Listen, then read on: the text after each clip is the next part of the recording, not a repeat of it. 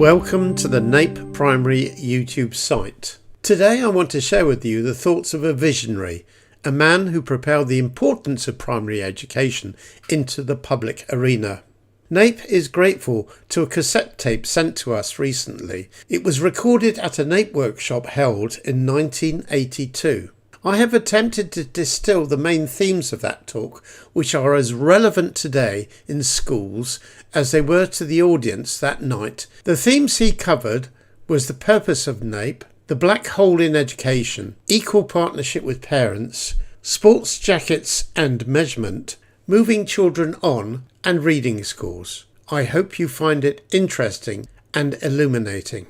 If you want to find out more about Leonard Marsh's professional career and how he influenced so many in primary education, I have put that information at the end of this video. Now let's hear what he has to say. How the dickens do I begin this evening talking to them about the National Association? And I said to them, well, I'm sure that many of you are sitting in the room thinking, what is in it for me? What is in it for my £3? And I wondered whether you would feel, to this other audience, I said, it would be reasonable for me to say there's nothing in it for you, for your £3. All the £3 entitles you to do is to work a little harder. And I don't know whether the enormity of the insult was such that they continued to listen or not, but they did indeed continue to listen.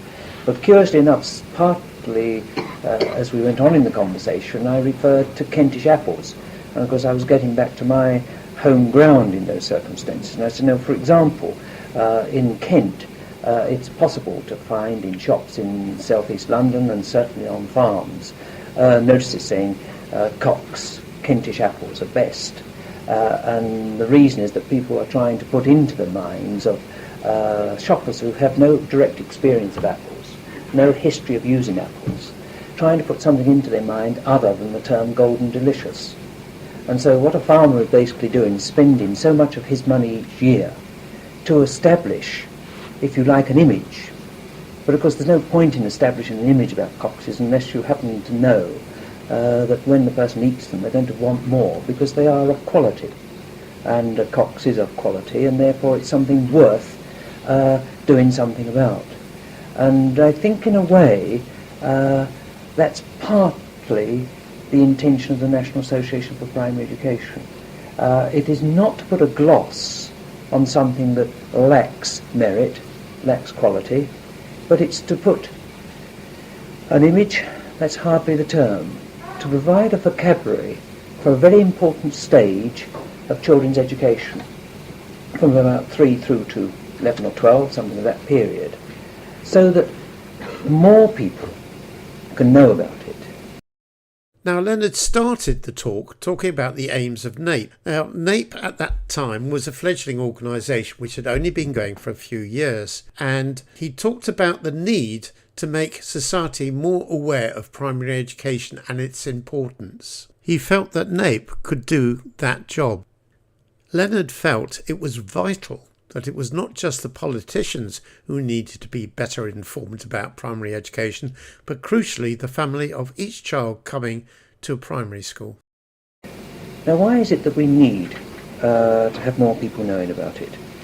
I think it is that elected members, I work fairly closely with elected members in their own county. It strikes me that no matter what political hue they shade in at, I think the mere act of taking up public office is linked with the idea that they will make a constructive contribution to their generation and to their life. And when you see a small village school due for closure in rural Lincolnshire, there are many councillors who have no desire that that school should close, and yet they have no political possibility of keeping it open, because there's such a lack of awareness of the virtues of that particular school that they cannot call upon any support out there in the general electorate and in the general life of the society out there for them to make the political decision that they would most wish to make. And so I don't see us as a pressure group direct on politicians. I see the National Association as providing a forum, providing a focus, developing people's shared experience, so that there is a vocabulary at work in our society which allows us to value the arrangements that we make for young children, and therefore help on the process of achieving yet more quality within it. In the decades which followed, I'm sure Leonard Marsh would be pleased to see this has been achieved through continuous professional development based on research and practice. However, at the time, he saw what he called a black hole. First, between the disjunction of local councillors wanting the best provision for their schools and the politicians at Westminster bound by ideology and budgets. This is what he said. Could I then go to the late 60s in terms of the way all of us in this room, I think I've been roughly fair, might have come into thinking about primary education. Before the 60s, very few people thought about primary education at all. My mother, well back in the pre-war period, had no opportunity. Your child was committed to the school and you received them back at the end of the day. And what went on was an absolute mystery, and the gap was enormous. And as I say, two rattling mats summed it up. But in the 60s, many schools began to move away from this idea that they could best educate children if they could continue to believe that children were produced by spontaneous creation rather than a family unit. When one was teaching that stage, there were even those sort of rather jocular remarks about the children all right if only we could abolish the parents. That's a bit music hall-y, but it's not an unfair description, stereotype, of the way the profession over the years was like that. And indeed, in the 60s, there were still schools which had that yellow line across the playground, and it said, no parent beyond this point. Now, I really am talking history for some of the people in this room. They've never had that experience as a parent, thank goodness. But it's just worth bearing in mind that for many in the 60s, that was indeed their experience. So Leonard then went on to talk about the parallels between consumerism and the notion of parents choosing the best school for their child. Now, parallel with getting rid of the white line, in our society developed the consumerism movement. And I benefited by the consumerism movement. On the whole, I didn't benefit as much as I would have done if my life was differently organised. I generally found that I was reading the Which account after I'd purchased the item. All it did was to make me more dissatisfied than I might have otherwise been.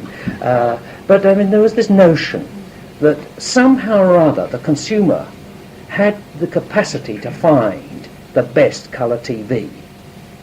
I remember going for Grundig, which was the worst thing that I ever did in my life, because I did German engineering and all the rest of it, but in fact it proved to be quite incredible. I understand they're all right now, but experience would make it very difficult for me to believe that. But if I'd looked up which, I would have discovered that though it cost £300 more than another colour TV set, it was inferior. But as I say, I discovered that after the event. And I think that all those parents who were not only going out buying colour television sets, but were putting their children into primary schools, were infected inevitably by that sort of national notion that we are all consumers and it's up to us to be vigilant to get a good deal, to get a good buy. And of course it is fundamentally misleading to think of a parent as a consumer of primary education. We are not consumers.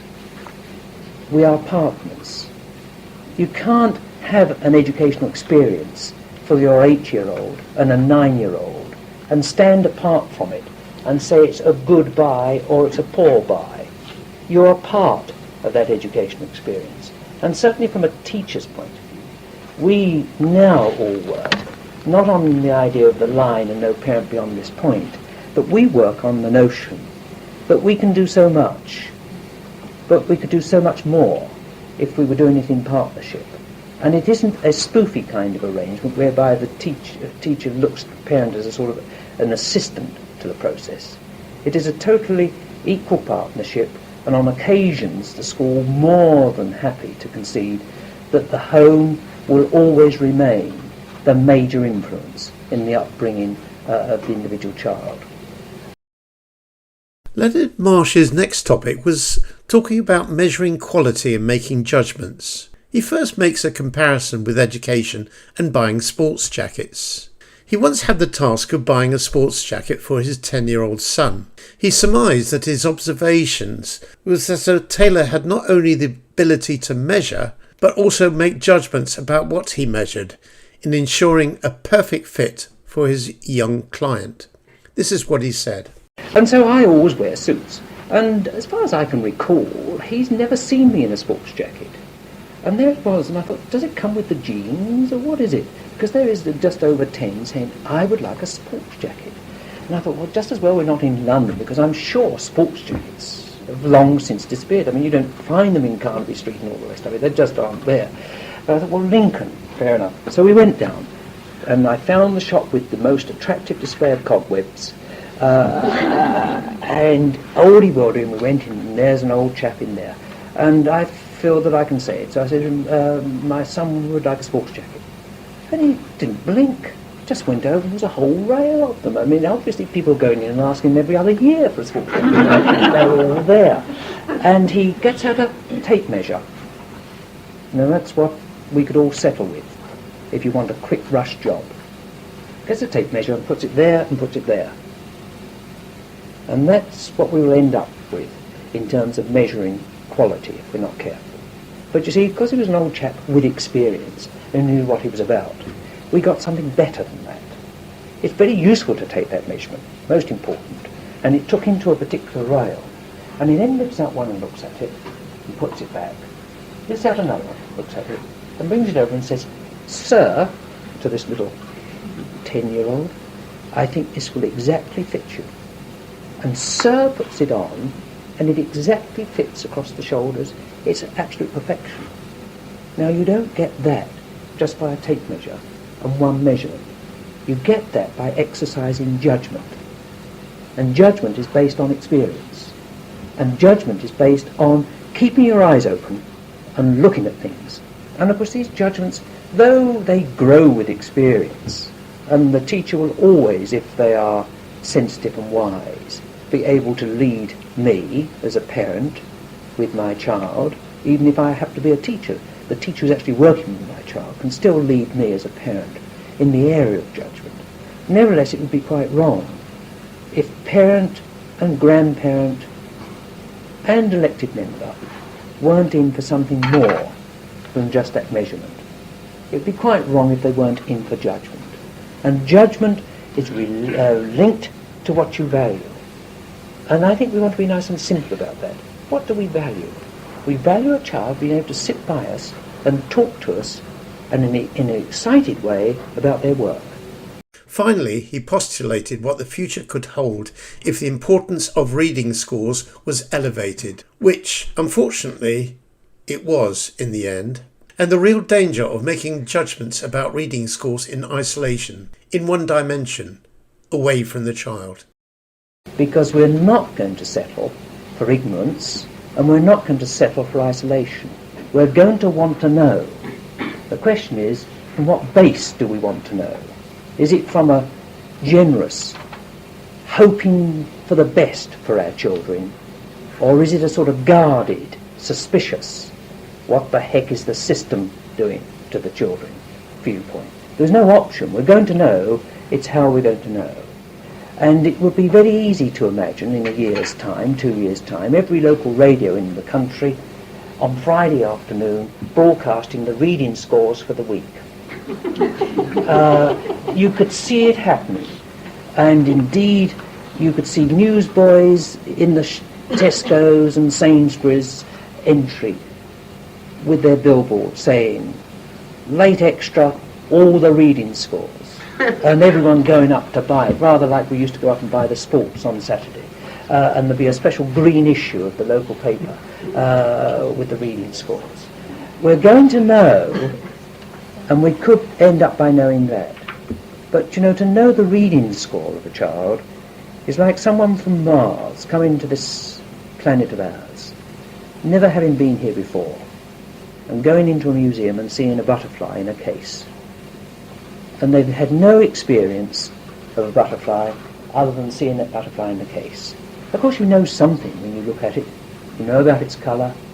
But the actual experience that comes from having seen that butterfly in movement and the whole delicacy of it is lost if the only experience you've had of a butterfly is to see it pinned in a case. And that's exactly so with a reading score. It's useful, but all you've seen is a pinned butterfly, if that's all that you've got.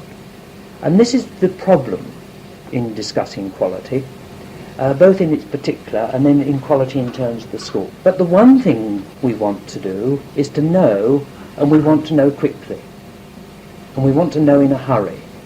And that is impossible when you're thinking about children, because there's no way in which they can become 8 without having first been 7. And there's an inevitable sequence. See, children, despite what some of us think, are not incomplete adults. They're total children. They're perfect in their moment.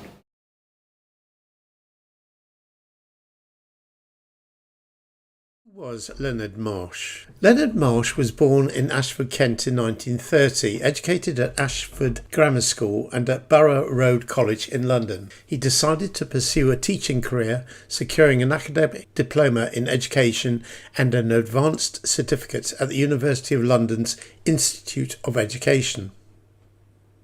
This led in 1952 to a 6-year appointment at Crofton Junior School in Kent before he shifted from the practical to the theoretical aspects of education as a lecturer in education and mathematics at St Paul's College in Cheltenham. He studied for a Masters of Education research degree at the University of Leicester.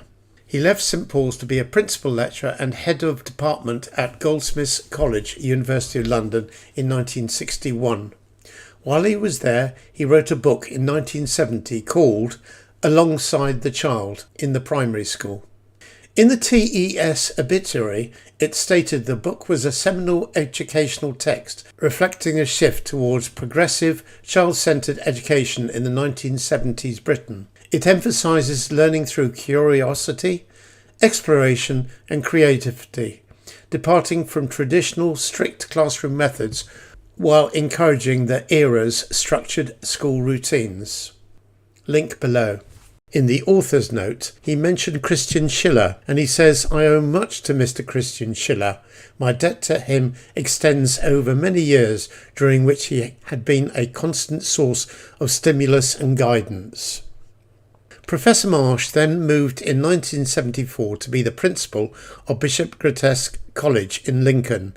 He would remain there until his retirement in 1996. Leonard wrote many books for teachers and children on education and mathematics, and was asked to form an advisory committee following the publication of the Plowden Report of 1967 on primary schools in England, alongside more theoretical texts such as Children Explore Mathematics 1969, and he wrote 2 series of texts for children called Let's Discover Maths and Let's Explore Maths. He also served as chairman of the National Association for Primary Education from 1981 to 1983. And of course, the tape was recorded in 1982 when he was chairman of NAPE. We hope you enjoyed the video, and can we remind you that the Conference for Reading 2026 is taking place at the University of Bedfordshire on Friday the 8th of May. Please book in now on the NAPE website. Link below.